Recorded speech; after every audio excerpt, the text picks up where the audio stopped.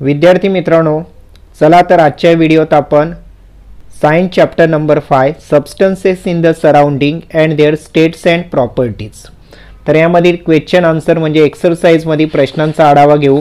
तुम्ही प्रश्नांची उत्तरे नीट समजून घ्या आणि मगच वहीत लिहा. बघा, आता क्वेश्चन नंबर 1 आहे.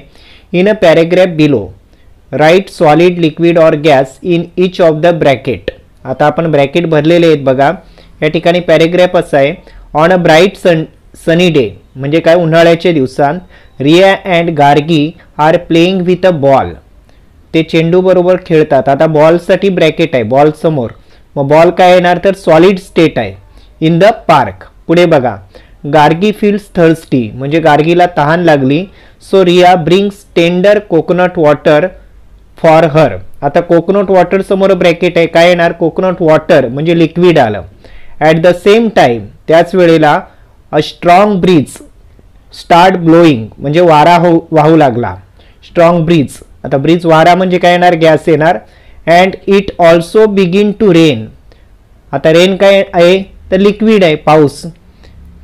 दे run back in to the house. मग त्या घरामध्ये गेल्या. हाऊस काय येणार तर solid state.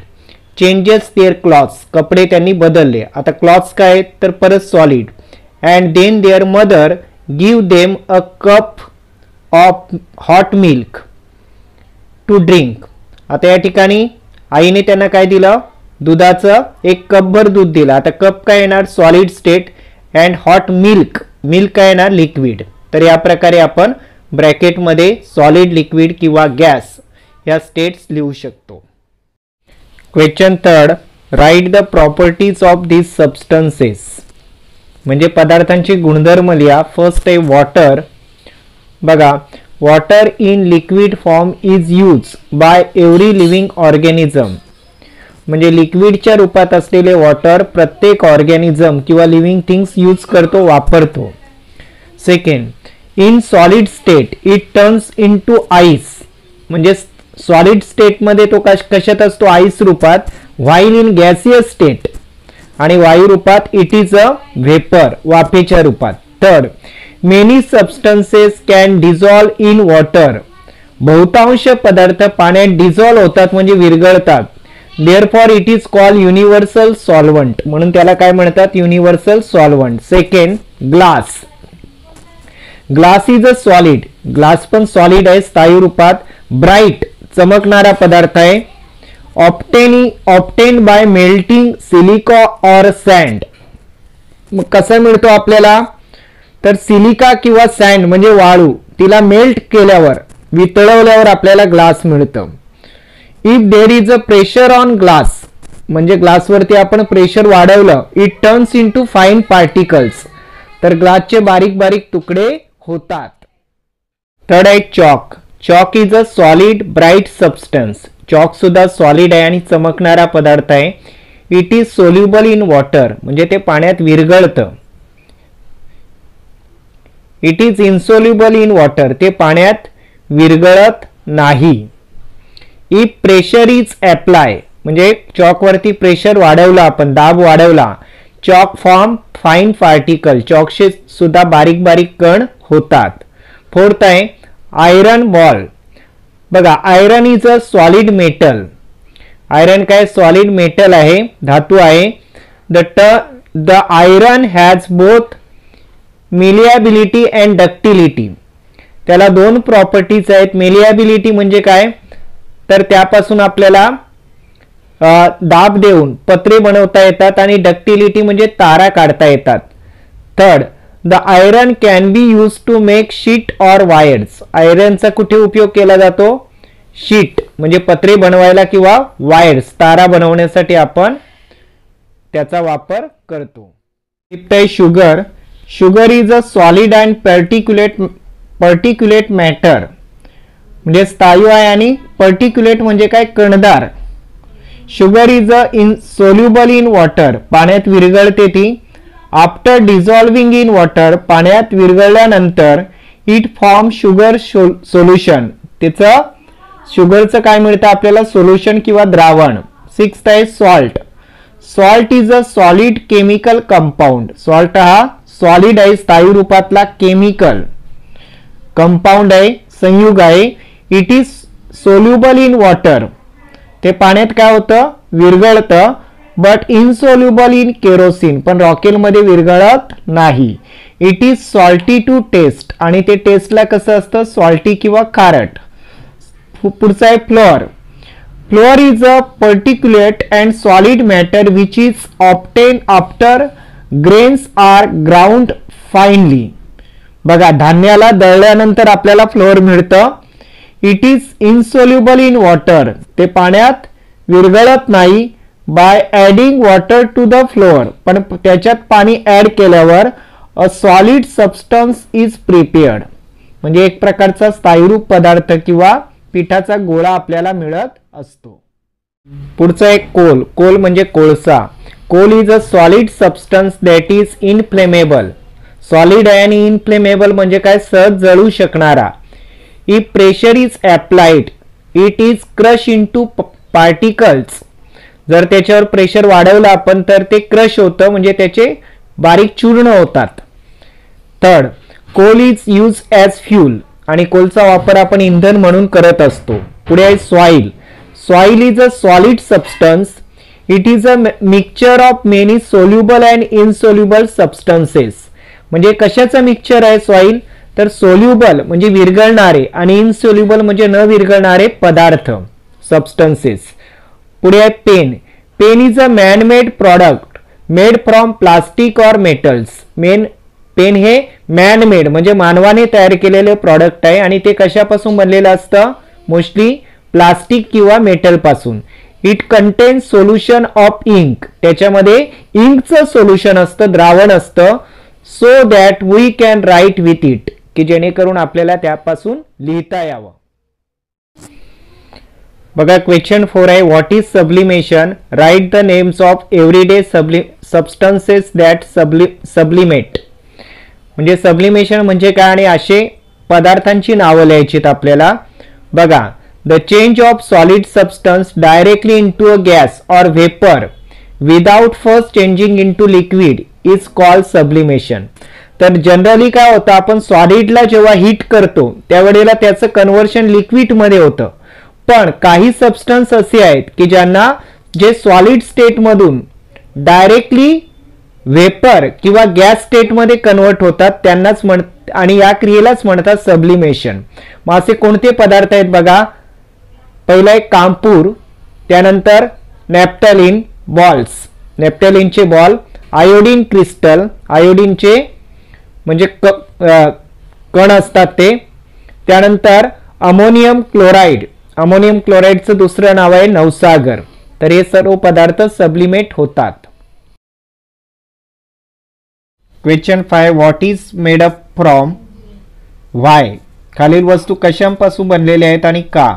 A sickle to cut sugar cane, म्हणजे शुगर केन म्हणजे काय, ऊस. ऊस कापायचा जो विळा किंवा कोयता असतो, बरोबर.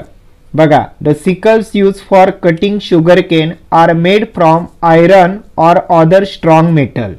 ते कशाचं बनलेलं असतं, लोखंड किंवा एखाद्या स्ट्रॉंग मेटलचं. Due to the hardness, malleability and ductility characteristics of iron.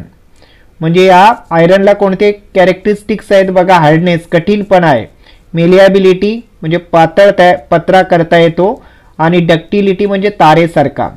तर या कॅरेक्टरिस्टिक्समुळे sickle can easily cut sugar cane, तो कोयता सहजरित्या ऊस कापू शकतो. Second, sheet use for roofing, म्हणजे घरासाठी वापरण्यात येणारे, छपरासाठी वापरण्यात येणारा पत्रा.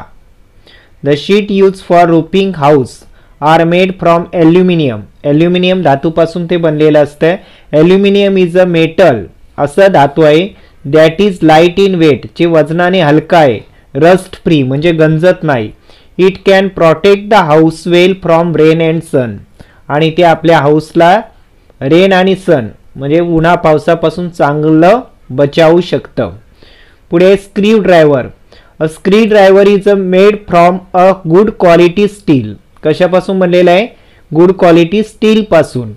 इट इज स्ट्रॉंग, ते मजबूत असतं. It is thus helpful in joining nuts and bolt, आणि त्यामुळे नट्स आणि बोल्ट ते जॉईन करतं. The work done by is efficient म्हणजे दर्जेदार काम करतं. फोर्थ आहे pair of tongs. In olden time म्हणजे जुन्या काळात pair of टॉंग्स wear made from iron लोखंडापासून बनत, but now they are made from stainless steel म्हणजे चांगल्या दर्जाच्या स्टील पासून आता ते बनवतात. Which is durable. ड्युरेबल म्हणजे बराच वेळ टिकतं, गंजत नाही. स्ट्रॉंग मजबूत असतात. अँड रस्ट फ्री म्हणजे गंजत नाही. Usually in a kitchen this equipment is use म्हणजे किचनमध्ये वापरतो आपण ते. फिफ्थ आहे इलेक्ट्रिक केबल्स म्हणजे काय, वीज वाहून नेणाऱ्या तारा.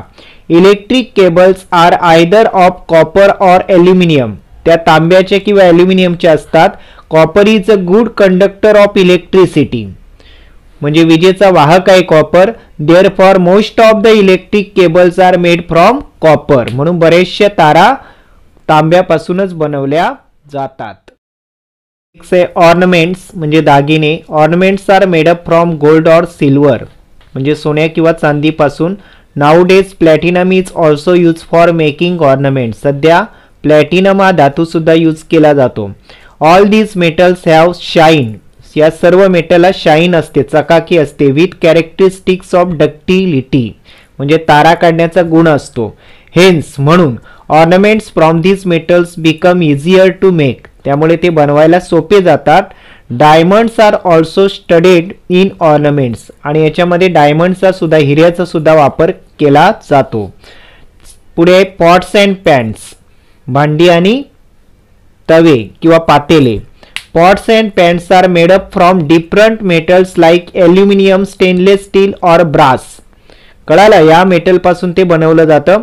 All these metals have quality of thermal conductivity म्हणजे उष्णता वाहून नेण्याचा गुणधर्म आहे त्यांच्यामध्ये.